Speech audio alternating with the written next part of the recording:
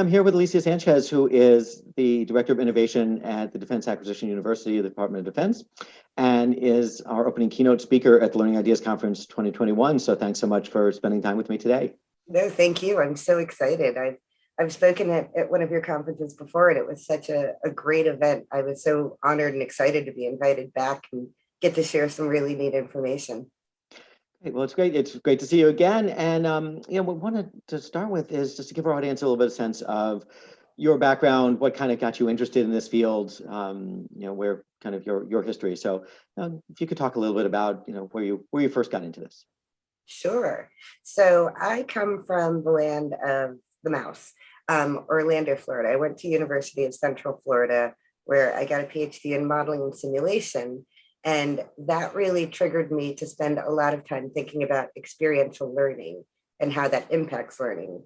The military has an incredibly rich history of using simulations for three main reasons: to provide experiences, because someone won't have them either because it's too expensive, it happens too infrequently, or it's too dangerous. And so, sort of as an offshoot, I've certainly spent the last 13 years serving at DAU as the game czar, prior to moving into the Director of Innovation for a DAU Excel, which is really focused on how do we expand the use of experiences through learning science and through good design into larger parts of our curriculum, as opposed to focusing solely on games. Great. Well, and when you first got into games, so what sort of brought you from? So yeah, what brought you sort of from the more, I guess, it almost sounds like more serious simulations into the game world? That was actually a slippery slope. As someone who loved to play games, because I used to have time to do that, right? Back in the good old days, I'm sure we all remember, I was certainly an avid game player. But one of the things that we found with military simulations was that we didn't see a huge amount of replay because they were often single track. You would have an experience and then you would sort of move on from it because you'd already had this experience. So integrating game characteristics into what were simulations by involving story and multiple goals and some of the things that make games so not only motivating but replayable were some of the initial tendrils of, okay, well, if we use games and we can really vary context and we can really vary situations, if we use those constructs from games on top of real simulations, could we have greater impact and actually drive learning? And so it was a really neat evolution. Yeah. Now, can you speak a little bit maybe more about the kinds of game elements that you involved in, or maybe to differentiate a little bit those from some of the things that maybe we see out there that are very separate from the actual activity and generally don't seem to, generally are not quite so effective, as opposed to the characteristics that you have that are much more integrated. Yeah, so interesting, every game is a simulation of something, a process, something in life. In Tetris, you're stacking boxes, right? And you're playing that role. So it was a natural evolution. But again, what some of those elements were missing in order to drive deeper learning were the elements, were the game characteristics that we felt were integral to learning. Multiple goals, the ability to take actions. I'm a big fan of generation instead of recognition, right? If we're going to use a multiple choice test, sure, we might recognize the answer, but what would we actually do? What behavior would come out of us if we weren't prompted?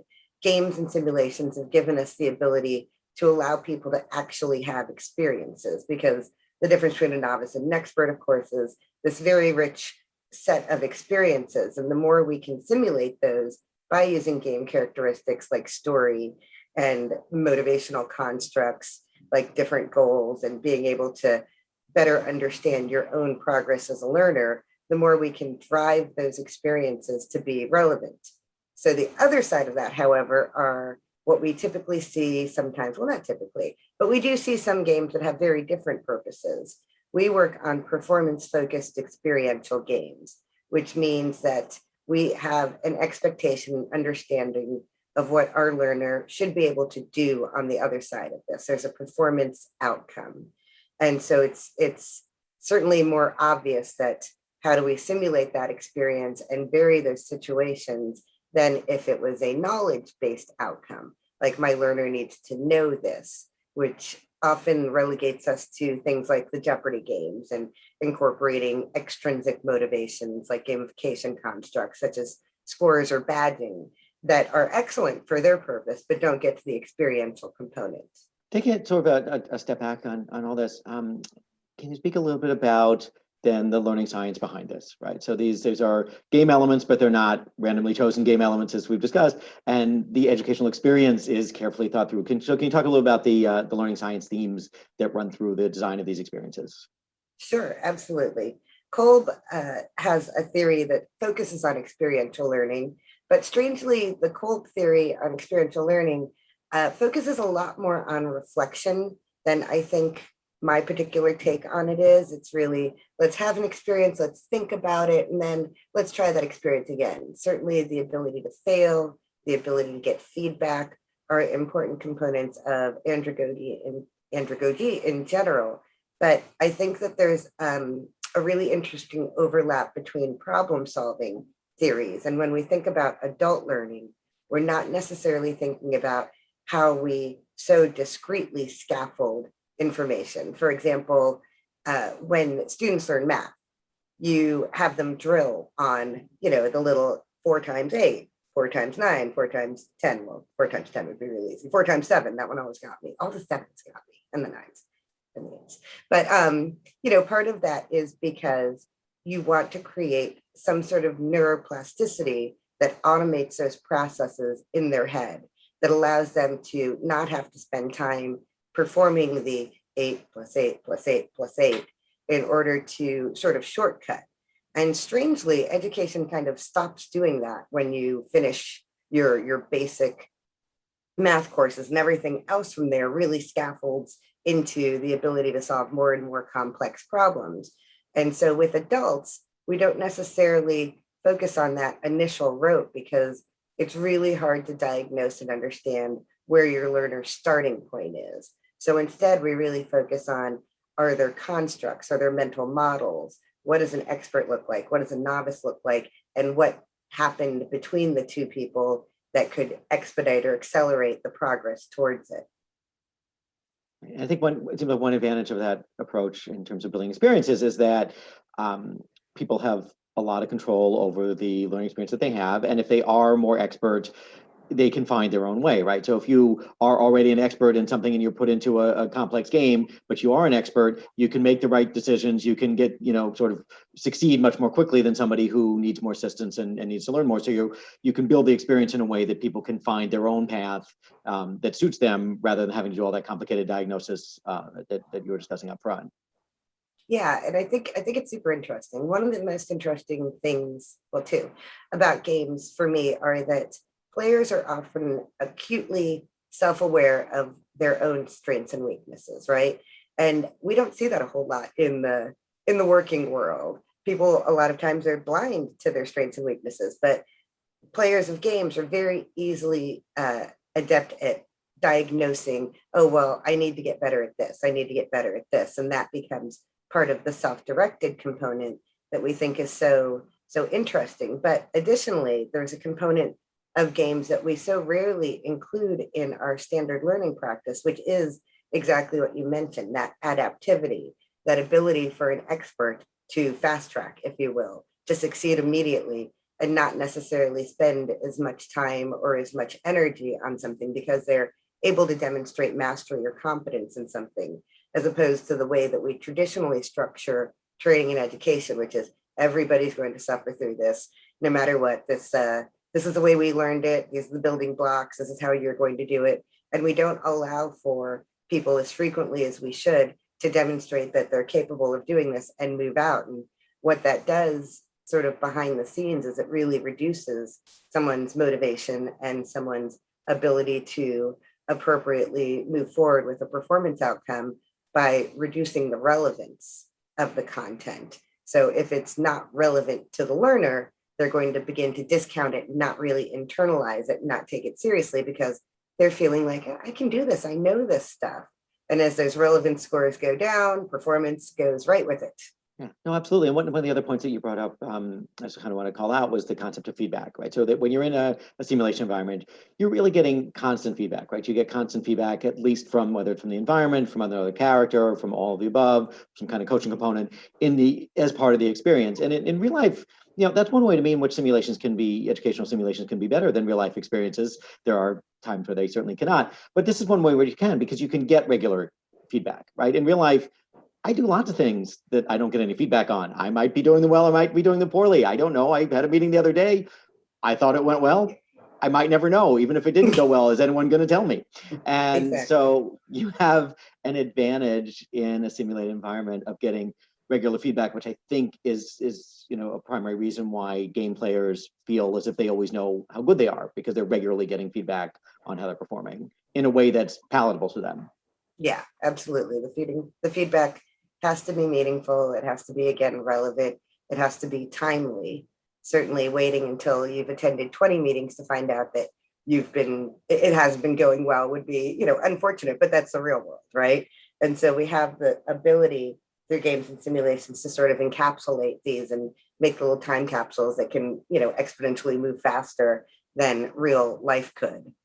Absolutely. Let me ask you kind of a related question. We talked a little bit before about information as part of education. And it's sort of almost the focus of education, is especially in a lot of schools. Especially in this day and age, how much, in your view, should we care about information, right? Is that the overly the focus, right? As opposed to skill development and critical thinking and being able to make good decisions.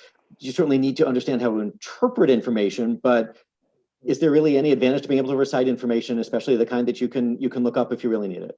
Yeah, I think that's something that we will continue to struggle with over the next couple of years. And I truly think this problem is going to resolve itself, right? Because the ubiquity, the availability of all of the information at defense acquisition, which is where I am, we primarily teach people how to acquire things. Anything that the government can't build themselves, they buy, which means planets, erasers, food, barracks, missiles, weapon systems, planes, all of it.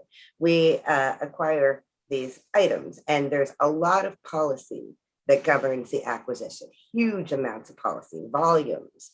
And it's very easy to fall into the trap of teaching policy because, again, as humans, we feel like we need to teach the way we learned, right? And, I don't know what it was like when you were a kid, but certainly we had to wait a couple months for the next letter in the encyclopedia to come, right? So you could learn about all the S stuff.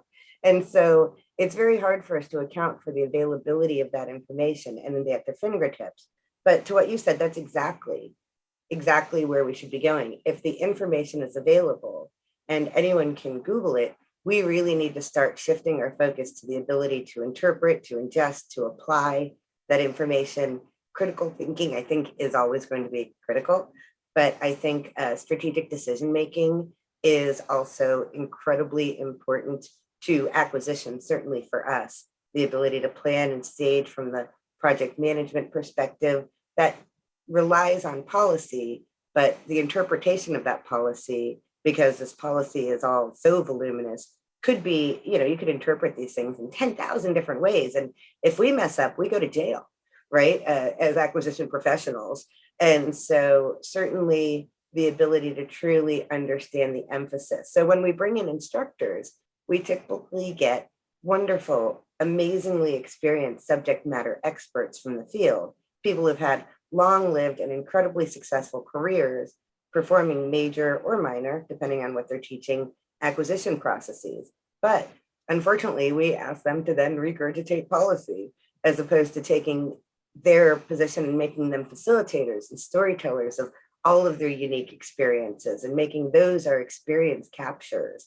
And so we're still a work in progress, certainly too. And we're making the shift by trying to really refine down to cull content, to drive relevance, and to drive the performance focus. Yeah, and then within an organization, or particularly within where you are there things you can do to help sort of change the value system, right? Because information is also, in my experience, it's heavily valued, right? People, it's what is a question that people, often are asked, and it sort of is a way that education is often, cast. So there's partly sort of a change in what do we value to valuing experimentation, valuing creativity, putting people in positions to try different things, to not be afraid to make mistakes. Because right now there's a lot of, what information do you know, and are you correct? And those aren't necessarily the values that correspond with a culture of critical thinking and good decision making. And so how do we work, at least at the organizational level, to try to get to try to create a culture change? So one of the most interesting things we've done recently has been, not to, have a huge head about it. Let me start that whatever. So one of the most things we've done most interestingly at DAU was the creation of experimentation cell called DAUX. And then I had the honor of being the first director of innovation for this particular group. And what we've done there is we've created a safe environment for risk taking, because of course we're the government, we're super risk adverse. But I believe at the end of the year, my performance will be measured in not just how quickly I failed in some cases, but also in, how many things were successful. But if we're going to fail, let's just fail really quickly and let's just get it right off of our plates, because it's so important to start thinking this through. So when people started thinking through what would an experimentation cell look like for us, it was primarily technology focused. Okay, let's bring in this tool and see if it'll work in our environment. Let's bring in VR goggles and see if we can create experiences that are going to be relevant for the workforce. But in the last few months, we've actually evolved quite a bit into design innovation, which is something that I don't think traditionally happens in an innovation hub that is expected to be experimentation focused, right? So we've really moved on to, okay, well, what if at the end of our credential assessments, we start constructing situational judgment tests as opposed to our traditional style of assessment? What if we start allowing people to show their advantages and their competency and incorporate adaptivity? How will that, impact the learner, not just now, but 6 months down the road, a year down the road? How do we start preparing ourselves for our inevitable delivery of mobile courses when we've been a legacy institution and a huge LMS? And now we have to try to determine how we're going to show it, not on, the medium screen, the tablet, easy, but on the tiny screen based on the type of content we have. How do we get all of those rich experiences into a variety of these items and become, a magnet of this information for our customers? And so, we've done something, I think, I haven't seen a lot of folks doing it, because most of the time experimentation has been really devolved to high tech. So, the lab at OPM does a wonderful job, especially with their user-centered design. We've seen some innovation cells handle the softer side, but certainly within the government, this is the first time that we're sort of foraying into, let's actually experiment with the theoretical. Let's experiment with, the way we position our learning. And so we're really excited to get a lot of good stuff going.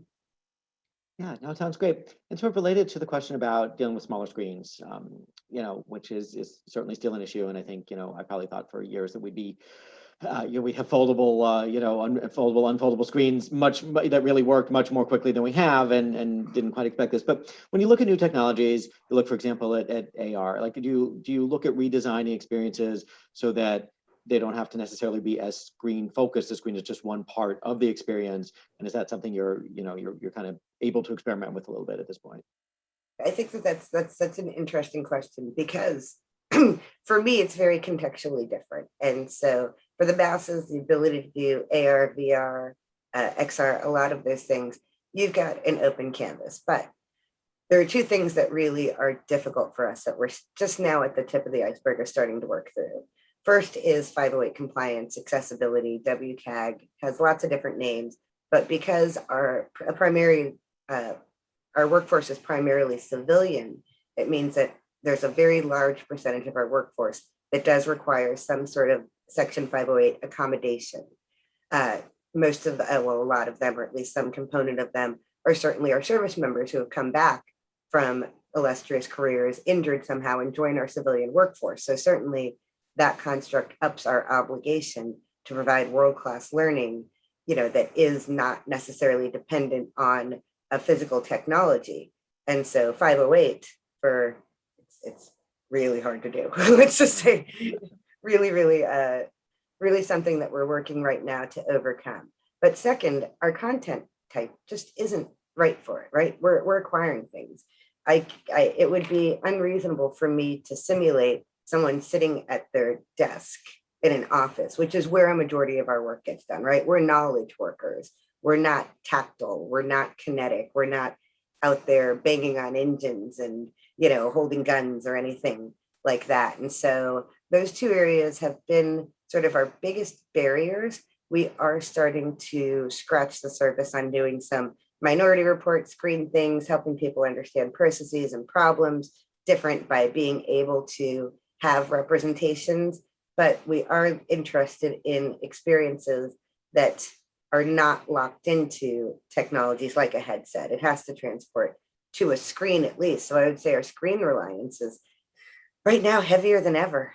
This leads us, I guess, then to a related concept and certainly a key part of your upcoming talk, which is user-centered design. So when you're looking at what the overall experience should be, and we're looking at what design is. So I guess first let's start with, what's your definition of design? What does design mean to you? It's a term that gets thrown around in lots of forms, I think often misunderstood. So what does design mean to you?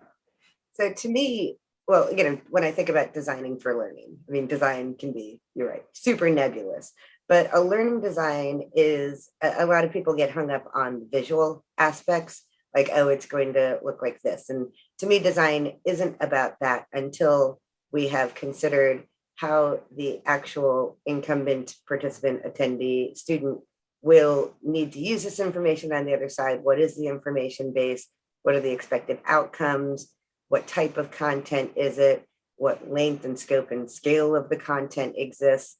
And from there, you can start to design, an appropriate paced learning experience, whether it be, and I don't mean learning experience as we've talked about it throughout this conversation about games or simulations. I mean, what is going to be the actual mental experience that someone will have to best ingest this information, to assimilate it with their existing information, to make new connections within their cognitive psyche that help you both retain this, because, as we like to say, if it's not memorable, you're not going to learn it because you don't remember it. And so to have memorable learning experiences. And then from there, we move into more of the physical design. What will it look like? What will it feel like to the student? What will the activities be? How can we bring this into practice opportunity? How can we start to construct a physical learning experience for our students that they can have in, anywhere, anytime they need it and whenever it's appropriate for them? How do we encapsulate it appropriately so that it's interchangeable with other parts? And then how do we capture the elements of student information that are relevant long-term? And that's an interesting thing that we're working on more recently, the construct of a total learning architecture. If I have a student who has aced the math component of earned value management, which is statistics, 10 times, when they get to the next course that has that component, they don't need to take it. But if I have someone who consistently struggles with a policy construct related to buying American or some other act, then my system should know enough to offer them something that could help them in their career, in their progression. And so we're really moving slightly past what we've called recommenders in the past, which is other people who have liked this will like this, you should try it, and really started to focus on career projections and trajectories. We call them our pathways. No, it sounds like it's a great way to go. And then in terms of sort of user experience in the context in which you're going to be using things, what are some of the factors you have to sort of take into account? Like you mentioned before, being memorable, and I think that matters more and more. People's attention spans are short, and there are a lot of demands on people's time. It's really hard to get people to focus. So, are there things that you can do to make sure that to the best ability possible, an experience is going to be appropriate for the learner audience in the context in which they're going to use it?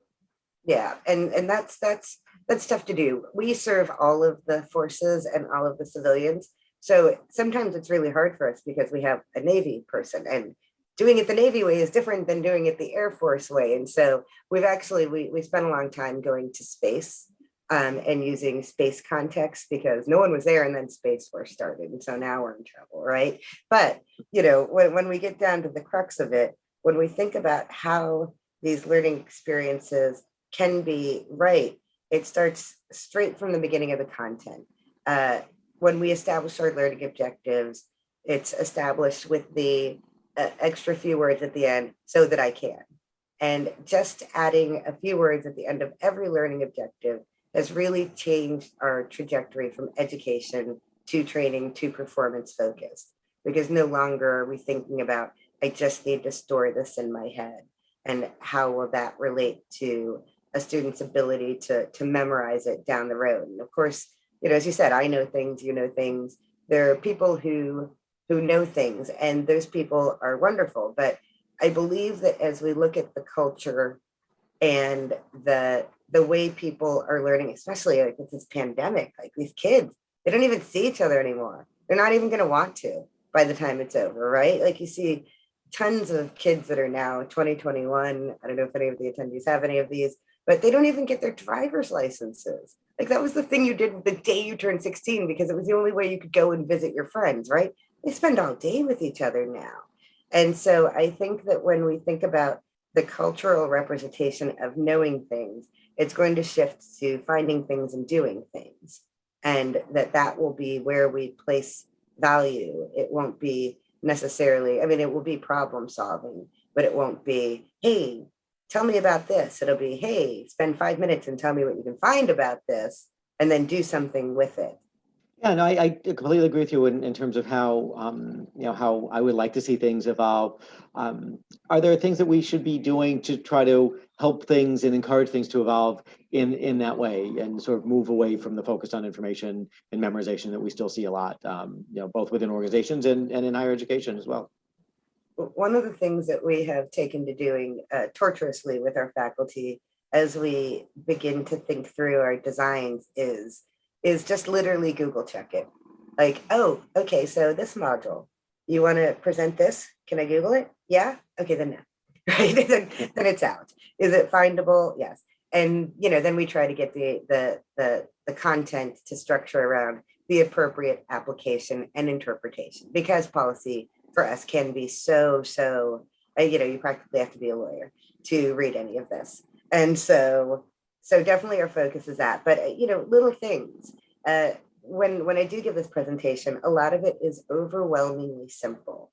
This intersection between learning science and user-centered design, when we think about the major tenets of learning science and we think about the major tenets of user-centered design, the intersection between the two is literally, it's going to be painfully obvious, but to prevent it from being completely insulting also, we're going to go over a really interesting set of activities that can surround each of these to sort of drive design from the perspective of, let's give people what we know they need, when they need it, how they'll best ingest it. Let's think through how we include them in these designs and how we really structure these larger asset design and development productions from the beginning to be the most reasonable, but also to have that focus of the value proposition of time. One of the things we've also been tinkering with is our expectations of our users. They certainly all come with expectations, and we focus our expectations on the consumer experience, right? Because sure, we're providing them a learning experience, and they likely have lowered expectations when they think about what their learning experience is going to be like. But we also know that the rest of their day and the rest of their lives are filled with amazing, rich consumer experiences. And while we certainly can't always meet those levels of production quality because we have budgets, we're learning people, there are a lot of lessons that can be taken, leveraging human affordances. Don't put the X on this side of the screen, it goes on that side of the screen. This is where it goes. Like, don't move it over to here. Don't create wild things. So we're really focused on creating incredibly simple, sophisticated designs. I think for a while, because we're so templatized, especially as instructional designers. You know, you get an authoring tool and it comes with all of these wonderful templates and they're all amazing, but we want to use them all, and we shouldn't, right? We should really curate ourselves and really try to keep things, you know, focused on the content, simple. And that's where you get the aesthetically pleasing and the physically pleasing and the user experience that is based on their expectation and it meets it and the relevance drives that. And we haven't broken anything. You know, if our learning feels cheap, it's going to be perceived as cheap, unfortunately, right? It's hard for me to walk into a really unpleasant online experience and think that whatever the content that is held within it is really, really important. Because if the content was important, they would have done a much better job at presenting it. And so, you know, there's a lot of those factors that go into play. Yeah, no, I think you're absolutely right. And there's sort of no way around the perception that people are going to have, even if they don't want to, when they see something that just doesn't feel like it's been, you know, been sufficiently thought through. That it's just, you know, it takes a lot of effort to find anything of value in it. Just one more sort of related question.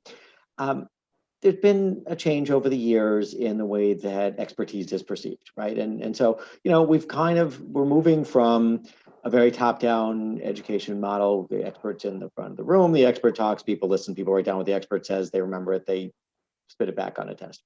So we know we don't want that. We know that we want experiential models, and we see all both the science behind it and the emotional connections and the experiential side behind that. And so we see all the advantages of experiential learning.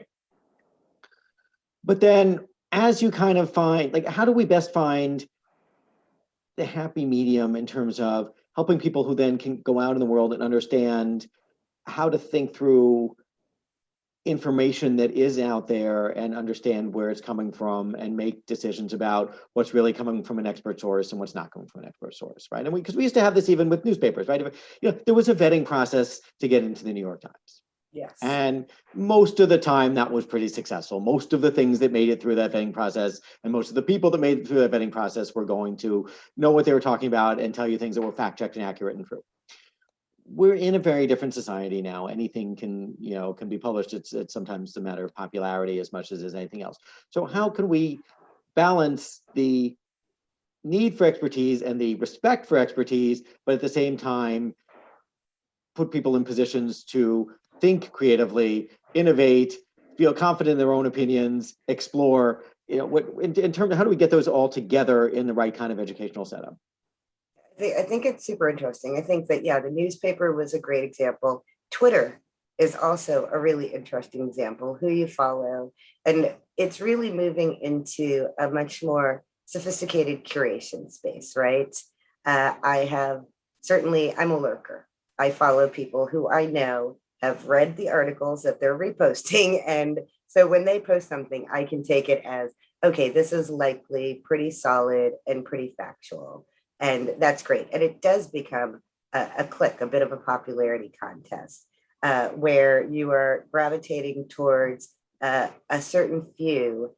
And it's really, the burden is on us to look for other credible sources and to evaluate them ourselves. And this becomes interesting in so many ways, right? When we think about, for example, LinkedIn's ability to endorse somebody, right?